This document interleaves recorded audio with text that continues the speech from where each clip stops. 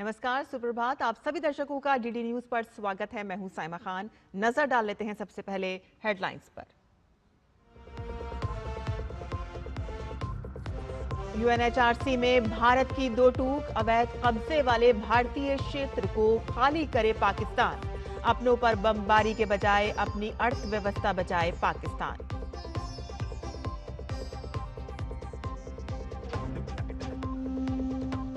Zelensky के साथ बैठक में अमेरिकी राष्ट्रपति ट्रंप का बयान। यूरोपीय संघ के समर्थन से रूस से अपना पूरा क्षेत्र वापस जीत सकता है यूक्रेन। संघर्ष जल्द खत्म होने की जताई उम्मीद।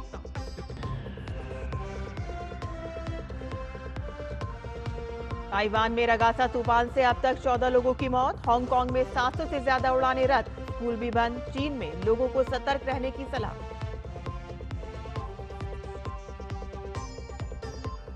कोलकाता में भारी बारिश के बाद तबाही। बीजेपी ने ममता बनर्जी सरकार को ठहराया जिम्मेदार। कहा कि मौसम विभाग के अलर्ट को गंभीरता से नहीं लिया। मृतकों के परिवारों को मुआवजे की मांग।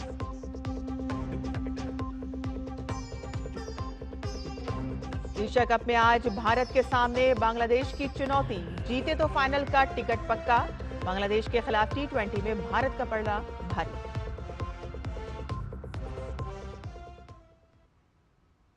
समाचार विस्तार से। भारत ने पाकिस्तान को एक बार फिर से वैश्विक पटल पर आईना दिखाया है। मानवाधिकार परिषद के 60वें सत्र में जिनेवा स्थित भारत के स्थायी मिशन के सलाहकार क्षितिज त्यागी ने आतंकवाद के एक्सपोर्ट का सवाल उठाया। उन्होंने भड़काऊ बयानों के दुरुपयोग की बात करते हुए कहा कि पाकिस्तान को अवैध कब्जे वाले कश्मीर को खाली कर देना चाहिए। भारतीय राजनयिक क्षितिज त्यागी ने खैबर पख्तूनख्वा में नागरिकों पर पाकिस्तानी सेना के हमलों का मुद्दा उठाते हुए कहा कि पाकिस्तान पहले अपनी वेंटिलेटर पर पड़ी अर्थव्यवस्था को बचाने पर ध्यान दे। A delegation that epitomizes the antithesis of this approach continues to abuse this forum with baseless and provocative statements against India. Instead of coveting our territory, they would do well to vacate the Indian territory under the illegal occupation and focus on rescuing an economy on life support, a polity muzzled by military dominance, and a human rights record stained by persecution. Perhaps once they find time away from exporting terrorism, harboring UN-proscribed terrorists, and bombing their own people. Bharat ने Pakistani record को मानवाधिकार हनन और उत्पीड़न से दागदार बताया और साफ किया कि अंतर्राष्ट्रीय मंच पर अब पाकिस्तान की दोहरी नीति उजागर हो चुकी है। भारत ने मानवाधिकार परिषद से सभी के लिए समान, निष्पक्ष और गैर भेदभावपूर्ण रवैया अपनाने की अपील की। Council must remain universal, objective, and non-selective in its approach. Our collective efforts should foster unity and constructive engagement, not division. We are concerned by the continued proliferation of country-specific mandates. Far from advancing the Council's core mandate, they reinforce perceptions of bias and selectivity. Focusing narrowly on the human rights situation in a few countries distracts us from the urgent and shared challenges the world faces. We firmly believe that lasting progress can only be achieved through dialogue, cooperation, and capacity building, always with the consent of the state concerned. At a time when the world is struggling with multiple crises, the Council's work should be channelized into forging consensus through a non-politicized and forward-looking approach. संयुक्त राष्ट्र महासभा के मौके पर global south के समान विचारधारा वाले देशों की उच्च स्तरीय बैठक का आयोजन किया गया। विदेश मंत्री डॉक्टर एस जयशंकर ने न्यूयॉर्क में इस बैठक की मेजबानी की और इस अवसर पर उन्होंने विकासशील देशों की एकता और सहयोग को बढ़ावा देने के लिए 5 महत्वपूर्ण प्रस्ताव रखे। उन्होंने कहा कि आज जब वैश्विक चुनौतियां और जोखिम तेजी से बढ़ रहे हैं, तो ये स्वाभाविक है कि ग्लोबल साउथ समाधान के लिए बहुपक्षवाद की ओर देखे। और इस दौरान ग्लोबल साउथ को वैश्विक मामलों में आगे बढ़ाने के लिए कई प्रस्ताव रखे गए। ग्लोबल साउथ देशों के बीच परामर्श को मजबूत करने और एकजुटता और सहयोग को प्रोत्साहित करने के लिए मौजूदा अंतर्राष्ट्रीय मंचों का उपयोग बढ़ाने, भविष्य की तकनीकों विशेष रूप से AI की संभावनाओं पर विचार विमर्श कर उनके सकारात्मक उपयोग की दिशा में पहल करने का प्रस्ताव रखा गया। इसके साथ ही डॉक्टर एस जयशंकर ने कहा कि ग्लोबल साउथ देशों को अपनी विशिष्ट क्षमताएं जैसे कि वैक्सीन निर्माण, डिजिटल तकनीक, शिक्षा, कृषि पद्धतियां और लघु एवं मध्यम उद्योगों की संस्कृति को एक दूसरे के साथ साझा करना चाहिए। उन्होंने कहा कि जलवायु कार्यवाही और जलवायु न्याय के क्षेत्र में ऐसे प्रयास हों कि जो ग्लोबल साउथ की प्राथमिकताओं को केंद्र में रखें। बैठक में भारत ने संयुक्त राष्ट्र में व्यापार सुधार की आवश्यकता पर जोर दिया।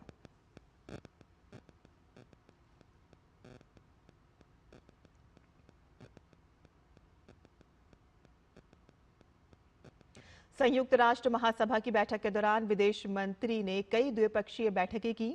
वह Jamaica, Singapore, Saint Lucia, Somalia के विदेश मंत्री से मिले। उन्होंने मॉरिशस, मालदीव, सूरीनाम और लिसोथो के विदेश मंत्री से भी मुलाकात की और इस दौरान ग्लोबल साउथ के विभिन्न देशों के साथ द्विपक्षीय संबंधों को मजबूती मिली।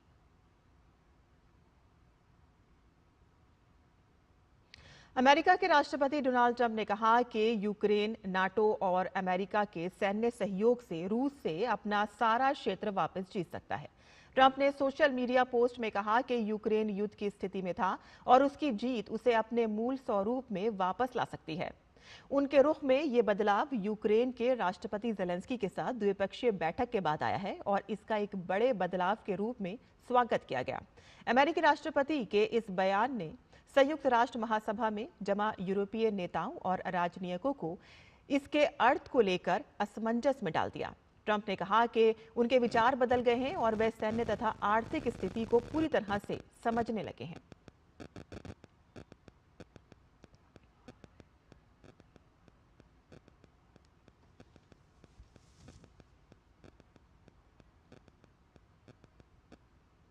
बिहार चुनाव को लेकर आज कांग्रेस स्वतंत्रता के बाद पहली बार पटना में केंद्रीय कार्यकारी समिति की बैठक आयोजित कर रही है और इसमें पार्टी के पार्टी अध्यक्ष मल्लिकार्जुन खड़गे, राहुल गांधी समेत लगभग 170 सदस्य हिस्सा लेंगे। बैठक का मुख्य फोकस बिहार विधानसभा चुनाव की तैयारियों और चुनाव में पारदर्शिता पर होगा। कांग्रेस इस बैठक के जरिए तेलंगाना विधानसभा चुनाव में मिली अपनी सफलता को बिहार में भी दोहराने की उम्मीद कर रही है। तेलंगाना में भी पार्टी ने 2023 में चुनाव से पहले CWC की बैठक की थी और उसके बाद वहां बड़ा असर पड़ा था।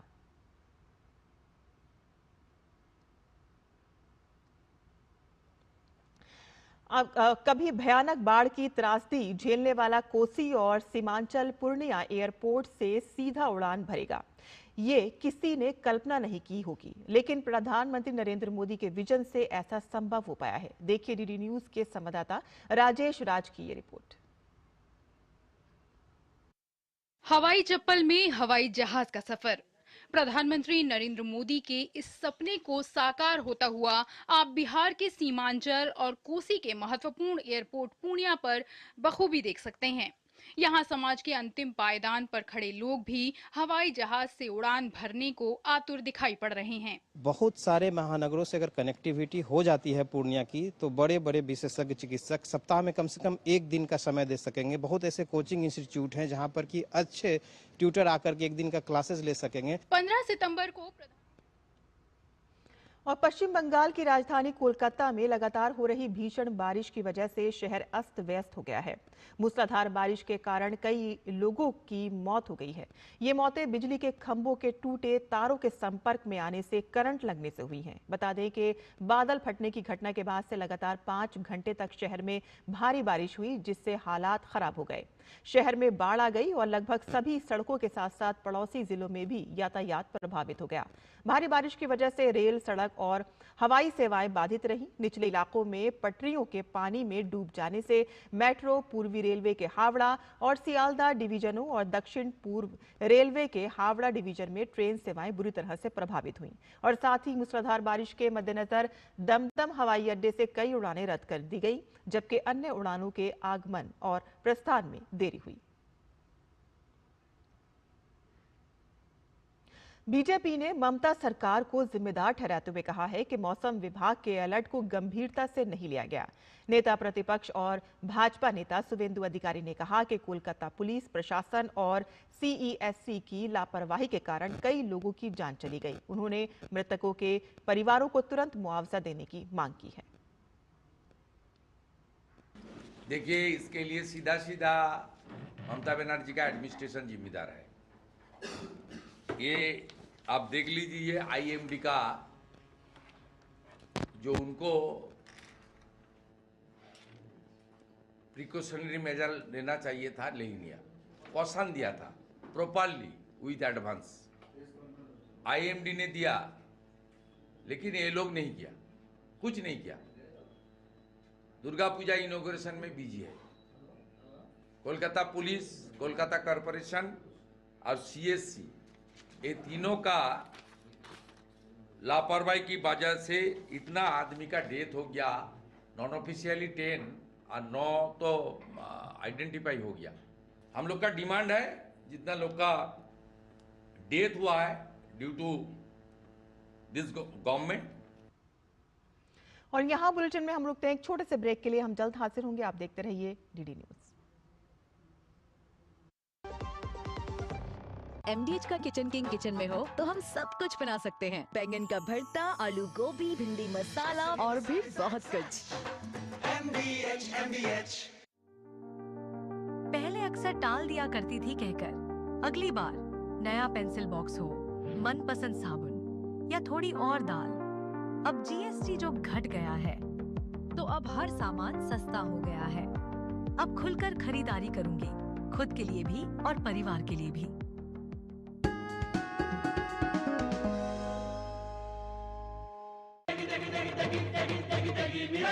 MDH की देगी मिर्च, देगी मिर्च का तड़का, अंग अंग फड़का। MDH की देगी मिर्च।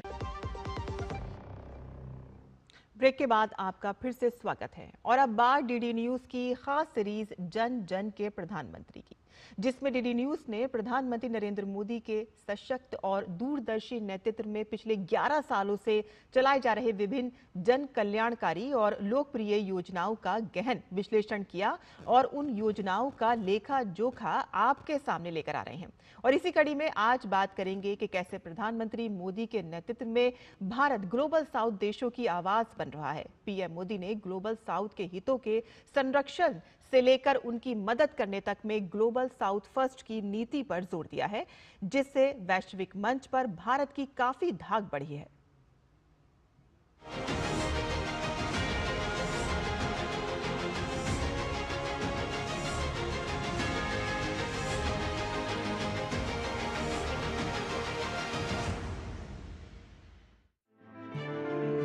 प्रधानमंत्री नरेंद्र मोदी ने बीते वर्षों में विश्व मंच पर भारत को एक जिम्मेदार, निर्णायक और विकास प्रेरित नेतृत्व के रूप में स्थापित किया है।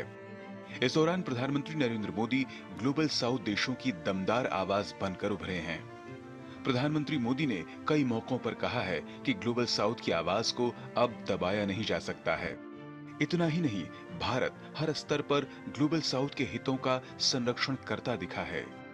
प्रधानमंत्री नरेंद्र मोदी की ग्लोबल साउथ फर्स्ट नीति ने अंतर्राष्ट्रीय विकास एजेंडे को एक नया दृष्टिकोण दिया है।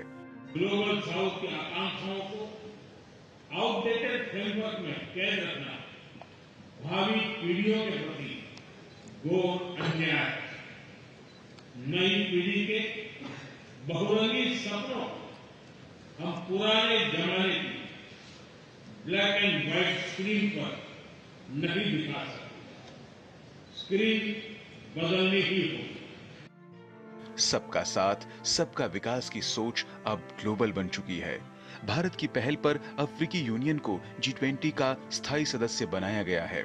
ये कूटनीतिक सफलता के साथ साथ वैश्विक न्याय की दिशा में बड़ा कदम था।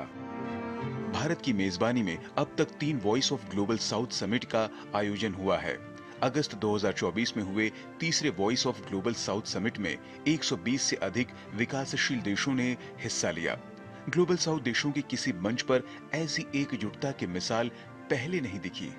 प्रधानमंत्री मोदी ने इस सम्मेलन में एकता और साझा विकास पर जोर देते हुए ग्लोबल साउथ के देशों से अपील की कि वे एकजुट होकर बोलें, साझा चुनौतियों का सामना करें और मिलकर एक न्यायपूर्ण, समावेशी और टिकाऊ भविष्य की दिशा में काम करें। भारत ने सिर्फ विचारों के जरिए ग्लोबल साउथ की प्रगति की बात नहीं की है, भारत ने आगे बढ़कर ग्लोबल साउथ के देशों की मदद भी की है। कोविड महामारी के दौरान भारत ने वैक्सीन मैत्री के तहत करीब 100 देशों को वैक्सीन दी। इससे भारत की छवि एक जिम्मेदार और भरोसेमंद सहयोगी की बनी। दुनिया के पास तो वैक्सीन था नहीं। जो 2-3 कंट्री वैक्सीन बनाती थी वो स्टॉक पाइलिंग करने लगी। वैसी स्थिति में मोदी जी ने वैक्सीन मैत्री चलाई। दुनिया को ये एहसास हुआ कि इंडिया एक ऐसा कंट्री है जो हमारी मुश्किल स्थिति में हमारे साथ खड़ा रहता है। तकनीकी सहयोग से लेकर स्कॉलरशिप तक भारत ने ITEC जैसे कार्यक्रमों के जरिए एशिया, अफ्रीका और लैटिन अमेरिका में कौशल विकास और क्षमता निर्माण को बढ़ावा दिया। जलवायु परिवर्तन जैसे संकट के समय अंतर्राष्ट्रीय सौर गठबंधन की अगुवाई कर पीएम मोदी ने उष्णकटिबंधीय देशों में अक्षय ऊर्जा की अलख जगाई। भारत की विदेश नीति में प्रधानमंत्री मोदी का दृष्टिकोण साफ है कि आत्मनिर्भर होकर अपनी आवाज रखना है। रूस यूक्रेन संघर्ष, जलवायु परिवर्तन या वैश्विक व्यापार जैसे हर मुद्दे पर प्रधानमंत्री ने भारत के साथ साथ ग्लोबल साउथ के हितों को प्राथमिकता दी है। पीएम ने हर वैश्विक मंच पर ग्लोबल साउथ के देशों के हितों, सरोकारों और चिंताओं को मजबूती से रखा। आज जब दुनिया नई चुनौतियों से जूझ रही है तो प्रधानमंत्री नरेंद्र मोदी के नेतृत्व में भारत विकासशील देशों की आशा की किरण बन चुका है। नरेंद्र मोदी सिर्फ भारत के प्रधानमंत्री नहीं, आज वे ग्लोबल साउथ की आवाज के प्रतीक हैं, जिसे दुनिया लंबे समय से सुनना चाहती थी। Bureau report, DD news. और देश की अर्थव्यवस्था में अहम किरदार निभाने वाली 8 कोर इंडस्ट्री की ग्रोथ ने रफ्तार पकड़ ली है। अगस्त में 8 कोर इंडस्ट्री का आउटपुट 6.3% रहा, जबकि जुलाई में ये आंकड़ा 3.7% था। अगस्त में हुई ये ग्रोथ 15 महीनों में सबसे ज्यादा है। कॉमर्स मिनिस्ट्री की ओर से जारी आंकड़ों के अनुसार देश के कुल औद्योगिक उत्पादन IIP में इन 8 उद्योगों की हिस्सेदारी 40.27% है और इन 8 उद्योगों में इस्पात, कोयला, बिजली के साथ साथ उर्वरक, रिफाइनरी प्रोडक्ट्स, प्राकृतिक गैस, कच्चा तेल और इस्पात भी शामिल है। आंकड़ों के मुताबिक अगस्त 2025 में स्टील प्रोडक्शन में सबसे ज्यादा 14.2% की ग्रोथ हुई है और सीमेंट प्रोडक्शन में 6.1% की ग्रोथ हुई है। ग्रोथ में ये उछाल कोयला प्रोडक्शन में बढ़ोतरी के कारण आया है और इस अवधि में कोयला प्रोडक्शन 11.4% बढ़ा, जबकि जुलाई में इसमें 12.3% की गिरावट आई थी। सूचना एवं प्रसारण राज्य मंत्री डॉक्टर एल मुरुगन ने भूसान में चल रहे Asian content and film market का दौरा किया। ये एशिया का सबसे बड़ा सिनेमा और क्रिएटिव कंटेंट मार्केट प्लेस है जो बैक्सको में आयोजित किया जा रहा है। डॉक्टर मुरुगन ने अपनी यात्रा भारत पवेलियन से शुरू की, जहां भारत अपनी सिनेमाई क्षमता का प्रदर्शन, वेव्स बाजार को प्रमोट और वैश्विक साझेदारों को सह निर्माण के लिए आमंत्रित कर रहा है। Sales market, Busan story market और एशियन प्रोडक्ट्स मार्केट जैसे मंचों के जरिए ये आयोजन विभिन्न देशों को सहयोग को नई दिशा दे रहा है और इसमें भारत की मजबूत मौजूदगी इस बात का संकेत है कि सरकार फिल्म निर्माण, सह निर्माण और वैश्विक क्रिएटिव इकोनॉमी के केंद्र के रूप में देश को स्थापित करने के लिए बड़ा नीतिगत प्रोत्साहन दे रही है। वहीं डॉक्टर एल मुरुगन ने कहा कि भूसान में भारत अपने सिनेमा, कला और संस्कृति का प्रदर्शन कर रहा है, जिससे भारत के बारे में सब और अधिक जान पाए। After the waves, we launched for the Waves Bazaar, followed by the now Bharat Pav. This Bharat Pav is now in this Busan International Film Festival. We are exhibiting our Indian films, Indian music, Indian culture, Indian tradition. Apart from that, our Indian technicians, art, for example, animation, VFS, gaming, comics. For that, because we have a soft manpower and skilled manpower. और 71वां राष्ट्रीय film पुरस्कार समारोह मंगलवार को नई दिल्ली में आयोजित किया गया और इस खास मौके पर हमारी संवाददाता शैला निगार ने गीतकार प्रसून जोशी से खास बातचीत की। हमारे साथ प्रसून जोशी जी हैं, सीधे उन्हीं से बात करते हैं। सर, बहुत बहुत स्वागत आपका। एंड 71वां नेशनल अवार्ड नई नई ऊंचाइयों को, नए नए प्रतिबिंबों को छू रहा है, कैसा लग रहा है? नहीं, बहुत है, बहुत सुंदर है। हर वर्ष मैं यहाँ आता हूँ और मैं अभी पहले भी कह रहा था कि यहाँ आकर आपको लगता है कि हमारे देश की जो विविधता है, और इतनी विविधता है हमारे देश में, और हमारे सिनेमा में वो दिखाई देती है, चाहे भाषाओं के रूप में हो, कहानियों के साहित्य के रूप में हो। इस देश की आप तुलना किसी और देश से नहीं कर सकते। इतनी विविधता एक देश में एक साथ मिलना, इतनी भाषाओं का मिलना, इतनी म्यूज़िक फॉर्म्स का मिलना, इतने साहित्यिक जो डिसिप्लिन्स हैं उनका एक साथ आना, ये मुझे बहुत खूबसूरत लगता है हमारे देश के बारे में। And whenever I come to national film awards that gets reinforced in my head that what a wonderful country we live इन।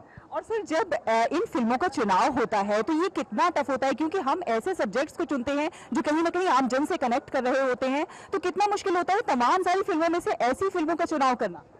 देखिए, कहीं ना कहीं परोक्ष में मन में ये तो चलता ही है कि भाई ये देश है विविधताओं से भरा हुआ है, तो रिप्रेजेंटेशन करेक्ट हो, और साथ साथ जो जूरी होती हैं वो इस पर जो है विश्लेषण करती हैं, बातचीत करती हैं कि जो सिर्फ कहानी नहीं कही, कहानी को किस अंदाज में कहा गया है, कैसे कहा गया है, उसमें जो उसके अलग अलग पक्ष हैं, जैसे सिनेमाटोग्राफी है उसकी उस पर कैसे काम हुआ है, या म्यूज़िक उस पर कैसे काम हुआ है, संवाद की अदायगी जो है उसको कैसे दिया गया है, महत्व दिया गया है, एक्टिंग कैसी है, इस राइटिंग कैसी है। तो अलग अलग विभागों से जुड़ी हुई जो विधाएं हैं उन पर ध्यान रखते हुए चुनाव होता है। बहुत बहुत धन्यवाद बात करने के लिए। धन्यवाद आपका। और फिल्म निर्माता एकता कपूर ने 71वें राष्ट्रीय फिल्म पुरस्कारों में अपनी फिल्म कटहल के चयन पर खुशी जताई। एकता ने कहा कि ये मेरे लिए सच में सम्मान की बात है। राष्ट्रीय पुरस्कार हमारे देश के सबसे प्रतिष्ठित फिल्म अवार्ड्स हैं और मैं इसके लिए बहुत खुश हूँ। Thank you so much. It's such an honor. Rashtriya Puraskar, the film Indian Film National Awards are the most National Film Awards are the most prestigious awards of our country, और we are so happy our film Kathal has got it. और 71वें राष्ट्रीय film पुरस्कार समारोह का आयोजन नई दिल्ली में किया गया। अभिनेता विक्रांत मैसी से हमारी संवाददाता शैला निगार ने खास बातचीत की। हमारे साथ विक्रांत मैसी हैं, जिन्हें सब जानते होंगे, कोई तारीफ के मोहताज नहीं है। विक्रांत मैसी 12वीं में फेल क्यों हो गए? शुक्र है फेल हुआ, इसीलिए यहाँ आ पाया। और तो रियल लाइफ में तो पास हो गया 12वीं में, लेकिन इस कहानी में फेल होना बहुत ज़रूरी था। कितना टची होता है और कितना मुश्किल होता है ऐसे जो रियल इंसिडेंट होते हैं इनको जीना, उस लाइफ को जीना जो आप रियल में नहीं है। देखिए, अंतर तो था, लेकिन बहुत सी ऐसी चीज़ें थी जो मेरे निजी जीवन से जुड़ी हुई थी, और शायद इसलिए मनोज कुमार शर्मा का जो किरदार था उसमें मैं कहीं ना कहीं अपनी खुद की एक छवि देख पाया। तो इट्स अ वंडरफुल फीलिंग, बहुत अच्छा लगता है। और जब इतने अच्छे निर्देशक, निर्माता आपका साथ देते हैं, श्री विधु विनोद चोपड़ा जी जैसे, तो आपका जो हौसला होता है वो दुगना हो जाता है। And I can only rejoice at this point in time. बिल्कुल, ये फिल्म कहीं ना कहीं दर्शकों को एक बहुत बड़ा संदेश देती है। हम देखते हैं परीक्षा पे चर्चा और तमाम सारे ऐसे कार्यक्रम हैं जो प्रधानमंत्री नरेंद्र मोदी अक्सर करते हैं ताकि वो छात्रों को एक टेंशन से निकाल सकें। क्या कहेंगे? बिल्कुल, आई थिंक परीक्षा पे चर्चा से मैं खुद जुड़ा हूँ, and I have had the honour and privilege to interact with students all across the country, and it is such an incredible platform जहाँ पे जो हमारे देश के युवा हैं, एजुकेशन हमारे लिए बहुत इम्पोर्टेंट है, हम जानते हैं। और इस फिल्म के ज़रिए भी हमने कहीं ना कहीं वही एक चीज़ कही थी जो माननीय प्रधानमंत्री मोदी जी कहते हैं कि परीक्षा में अपना 100% देना ज़रूरी है, लेकिन मान लीजिए खुदा ना खास्ता अगर आप सक्सेसफुल नहीं भी होते हैं तो उससे इतना निराश नहीं होना चाहिए। जीवन वहाँ आपका ख़त्म नहीं हो जाता है। And you have to be kind to yourself, you have to prepare, you have to give it your best, but also that is not the end of it.